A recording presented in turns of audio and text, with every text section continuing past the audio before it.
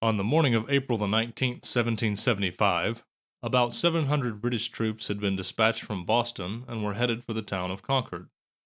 Their objective: to seize weapons and ammunition stowed away by the American colonists. As they proceeded along their line of march, they would soon be met by opposition. In Lexington, the 70 men of the town militia, under Captain John Parker, had mustered on the town green to meet them. At sunrise, the regulars reached the town and deployed opposite the militia. The redcoats charged the men of Lexington, and Parker, seeing the hopelessness of the situation, gave the order for his men to disperse. As the militia began to flee, a report rang out from a musket which would, in the words of Emerson, be heard round the world. A signal that war between Britain and her North American colonies had just begun.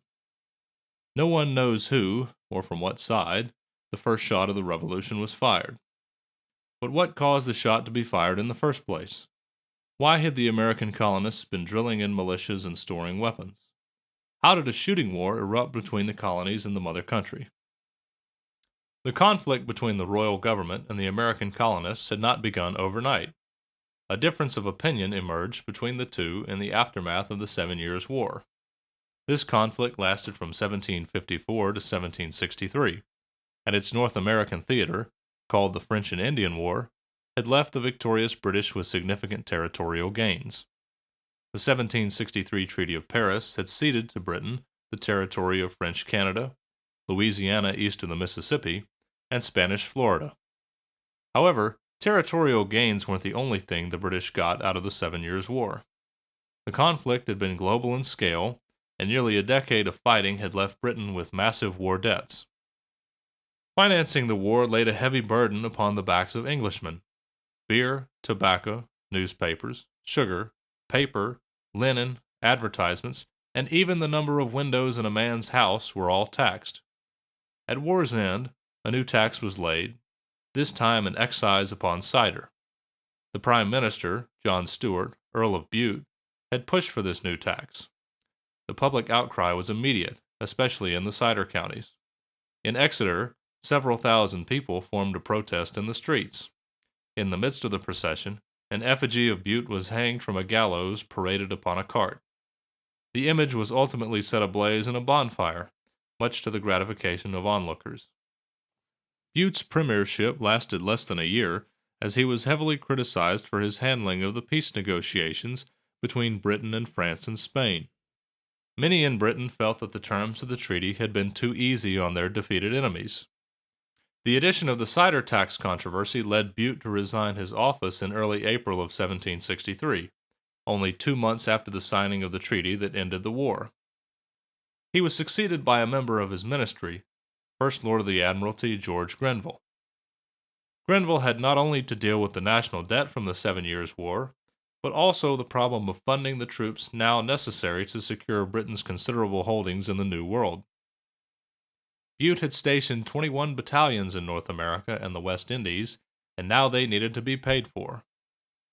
In the mind of the ministry, it was only natural that the colonists should pay their fair share for military protection, especially considering the tremendous tax burden already felt at home. The only question that remained for Grenville was how to get the colonies to pay up. 30 years earlier, in 1733, Parliament had passed the Molasses Act, which imposed a tax of 6 pence per gallon on molasses imported to the colonies from foreign sources. To put it into perspective, 6 pence per gallon was equivalent to a 100% tax. Molasses was shipped from Caribbean plantations to be used for the production of rum in the northern colonies, and the American colonists had developed a burgeoning trade with their French and Dutch suppliers. The import duties created by the act were designed to benefit plantation owners in the British West Indies, some of whom were members of Parliament, by pricing out their French and Dutch competitors. The Americans objected to the Molasses Act on the grounds that it would severely disrupt the colonial economy.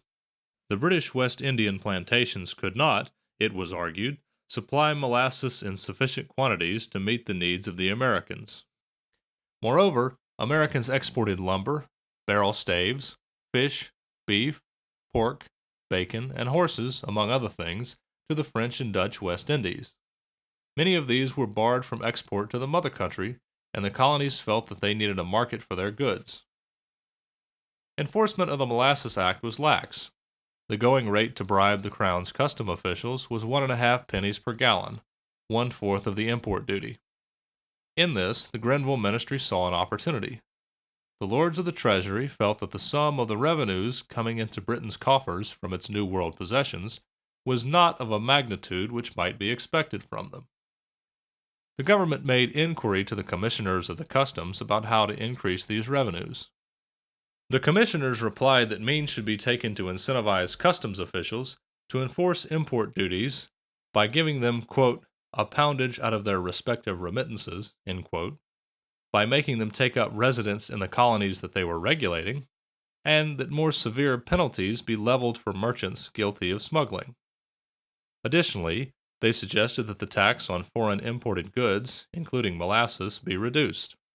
The lowering of the tax, it was thought, would reduce the temptation to smuggle and, in turn, raise higher revenues.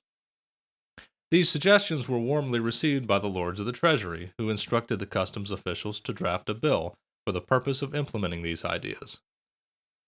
In September, the secretaries to the Treasury, Charles Jenkinson and Thomas Whately, began the task of optimizing the rate of molasses taxation to produce maximal revenue. The secretaries spent several months compiling data on the colonial molasses trade. The original tax on molasses from 1733 had been 6 pence per gallon. Assuming the tax could be enforced and smuggling brought to heel, Jenkinson and Whately computed that the best option was to halve the tax to 3 pence per gallon, estimating the annual revenues at £100,000 a year. They reasoned that 3 pence would maximize revenues without unduly depressing the molasses trade. Having settled the amount of the duty, the matter was now to be put to Parliament in a bill that would become known as the Sugar Act. On March 9, 1764, Grenville laid his yearly budget before Parliament. When he introduced the Sugar Act, Grenville's opposition in Parliament was at a low point. Grenville had just won a victory over the opposition on the issue of general warrants. An MP, John Wilkes, had recently published the North Briton No. 45, which savagely attacked the king for his endorsement of the Treaty of Paris. He was charged with libel, and he and all his publishers arrested under a general warrant. The issuance of general warrants, by their nature exceedingly broad in scope, was unpopular in England. Opposition to the arrest was heated, and was led in Parliament by the brilliant orator William Pitt the Elder. In February, the issue came to a head in the Commons. The ministry won the vote by a margin of 20 in a packed House. Defeated, the opposition lost its vigor, and Pitt himself retired to his estate and would not become active again until 1766. Accordingly, when the Sugar Act was presented by Grenville as part of his budget, it received little comment. The new budget was £8,000,000, and it was expected that less than 1% of the cost would be covered by the new tax on the American molasses trade. At each of its 3 readings, the bill received little note. On April 5, it was quickly passed by the House of Lords, once again with little discussion. Including the new tax on molasses and provisions for more stringent enforcement of customs duties, the Sugar Act also contained lists of goods which could only be shipped to Britain, including lumber. Further, under the Act, smugglers would be tried not only in colonial courts with juries comprised of their fellow colonists, but they could also be tried in vice admiralty courts which had no juries and whose judges were royal appointees. The Act also came at a time of economic depression in the colonies, and its passage was met with heated though sporadic hostility. Some New England merchants attempted to boycott British goods, including luxuries like plate, fine clothing, and carriages. Merchants from Boston, Rhode Island, New York City, and Philadelphia compiled statistics and wrote reports detailing the damage the new duties would do to the colonial economy. By the fall of 1764, 9 colonial legislatures had made remonstrance either through the colonial governors or their agents in England. Though much of the opposition was based upon the economic effects of the duty, already 2 of the colonies, New York and North Carolina, were objecting on the grounds that they could not be taxed without representation. The Assembly of New York asserted, an exemption from the burden of ungranted, involuntary taxes must be the grand principle of every free state. Without such a right vested in themselves, exclusive of all others, there can be no liberty, no happiness, no security. It is inseparable from the very idea of property. Smuggling continued, though under more strenuous conditions, given the newfound vigor with which His Majesty's Royal Navy and customs officials were enforcing the law. Some Royal Navy officers saw an opportunity to line their pockets.